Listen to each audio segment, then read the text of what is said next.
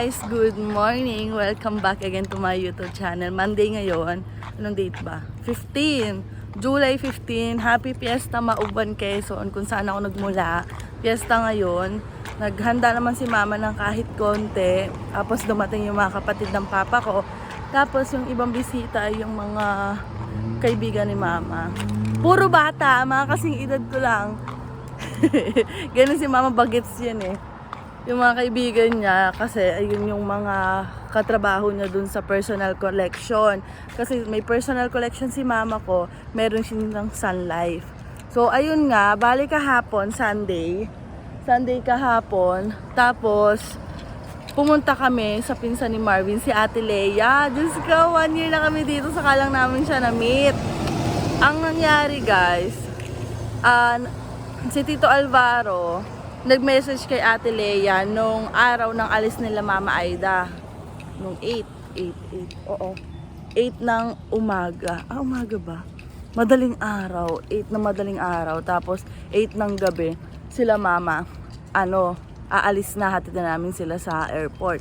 Tapos ayun, sabi ko sayang.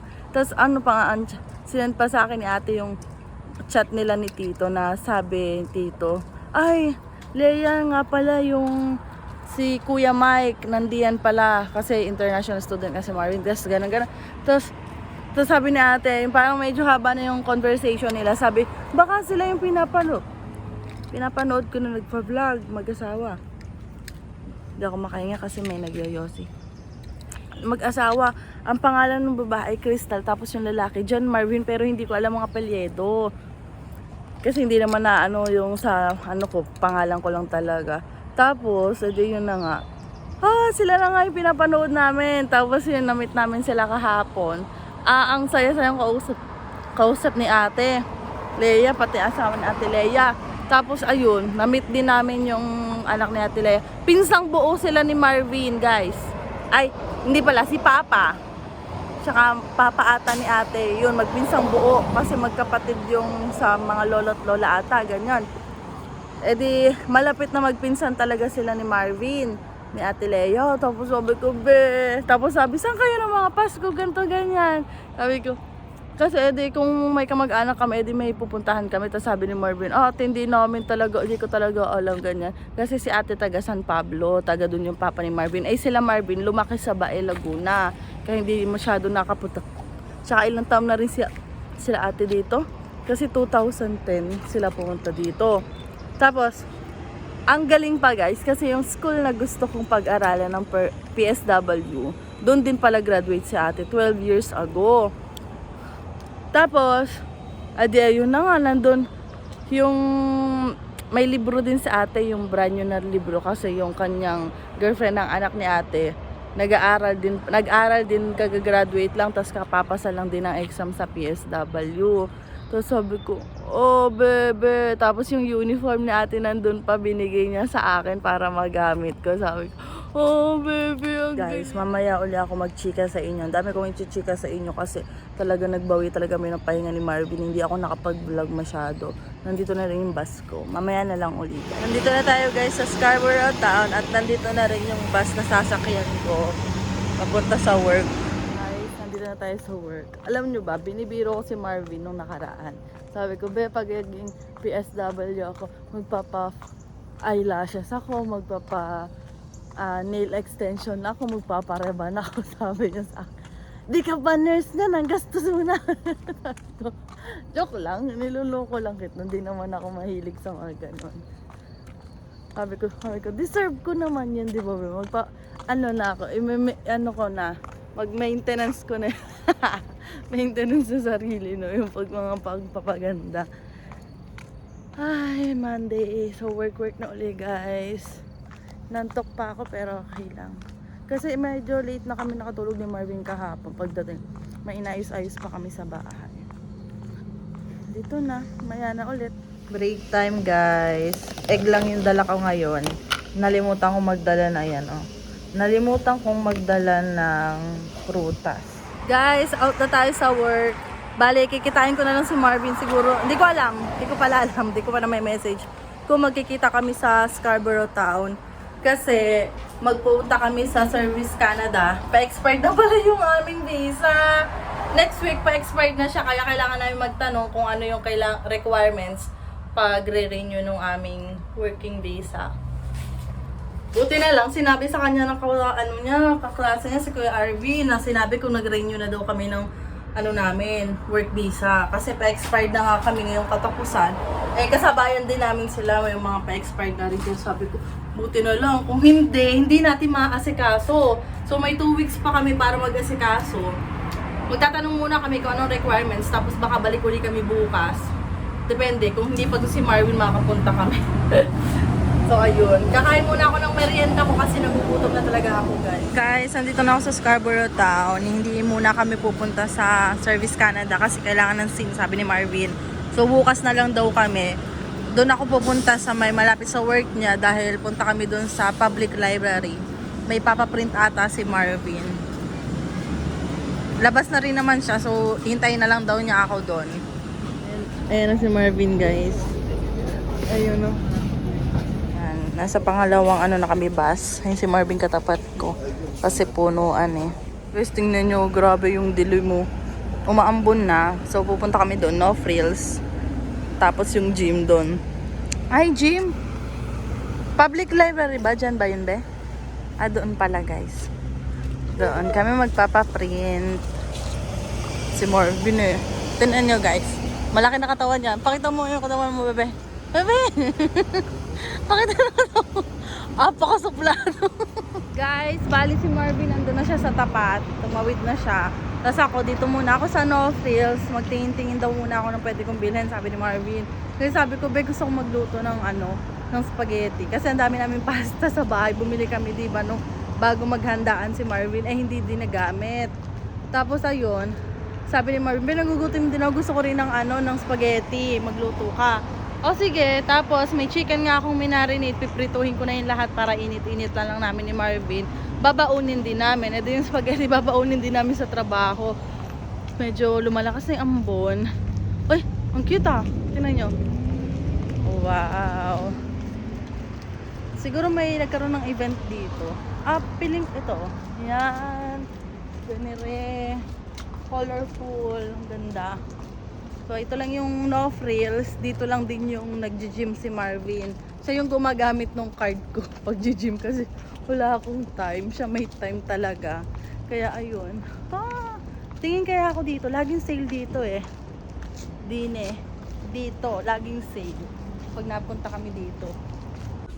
Guys, so yung mga pang baby, $6 siya. Cutie! Nagko-compute na nga ako eh. Sabi ko kay Marvin, bili na tayo ng mga gamit, be. Kahit matagal pa bago magamit. I-advance ko na. Gusto ko talagang bumili pag nagka-baby kami. Yung winter jacket talaga na makapal. Mas makapal na dito. Nakita ko dun sa mga baby na naka-winter jacket na nakikita ko sa Facebook. Ang cute-cute ng gamit ng mga bata. Wala bang pang matanda dito? Dito na tayo sa No Frills. Ano to? Ay, may mga sale. May sale oh. Baka, wala kasi akong dalang bag. Extra eco bag. Hindi ako pwedeng bumili ng napakadami.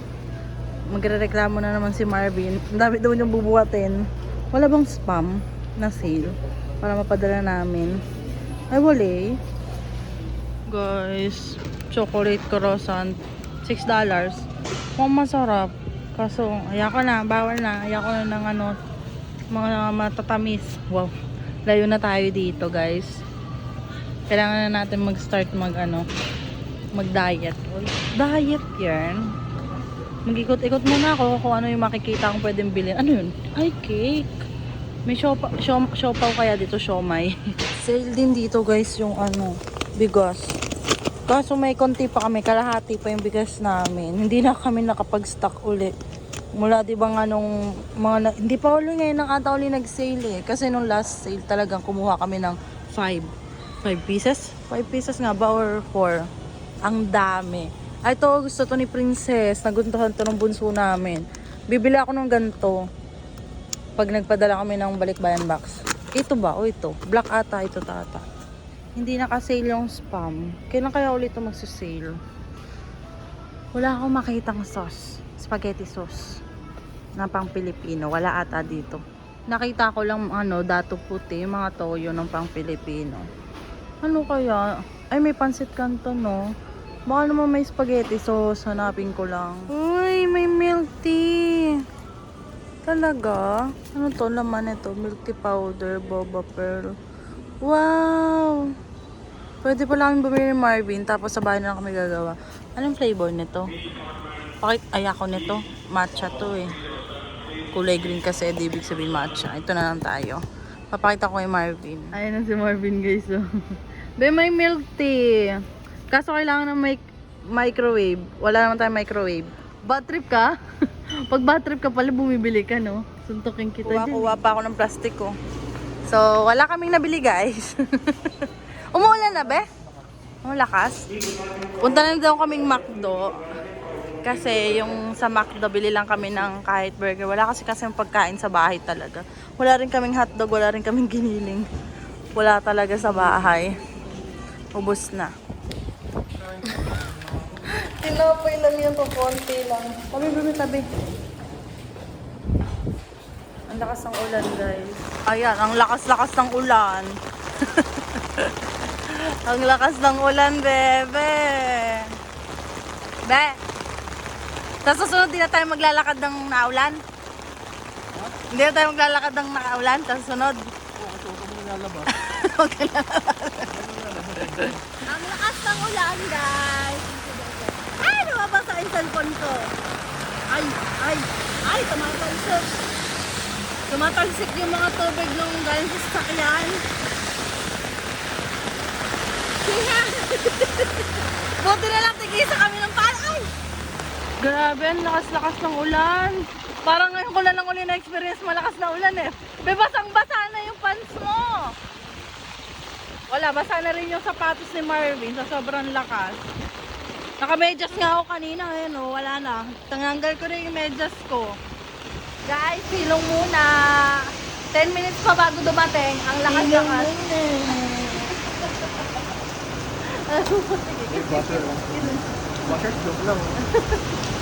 Nakasakay na kami ng bus, guys. Pag bumaba kami at wala pa yung bus, maglalakad na kami pa uwi.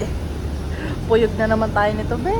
Dito na kami, guys. Grabe, basang-basa yung aking jogging pants saka yung pants ni Marvin. Saka yung sapatos ni Marvin, basang-basa. Guys, ayan, sinukat ko yung uniform. Extra small to kay ate. 12 years ago pa to. Kasya sa akin. Ibig sabihin, lumalaki lang talaga. Bumibilog. Pero yung size ng mga damit ko, extra small pa rin. Ayan. Si Marvin, nagbubuk yan ng pang G.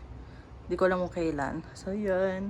Magluluto lang ako ng bundak kasi wala kami ibang nakakainin. Bundak na lang kasi gutom na talaga kami. Maanghang yun eh. Maanghang, mahalang. Yan. Ang ganda. Ayun yung libro, guys. Yung kapal. Ayan, guys. Maluluto na siya. Tapos naglabon din ako ng itlog.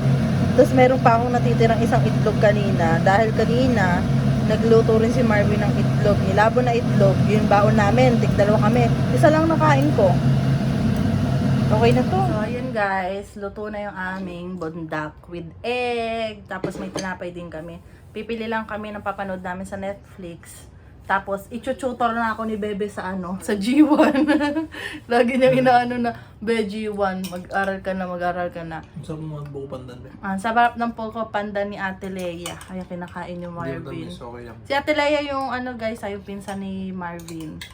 Yan, nawawalang pinsan. Sabi nawawalang pinsan daw. So, ayun, kakain lang kami. Tapos, lilinis-linis kami ng paunti-unti uli dito sa bahay. Kasi, ang dami pa naming gamit na nakalabas. Tatabi na namin yung ibang hindi naman nagagamit.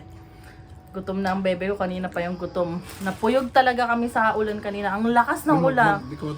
Ano ba yun? Na-check mo ba yun? Na ulan ng malakas?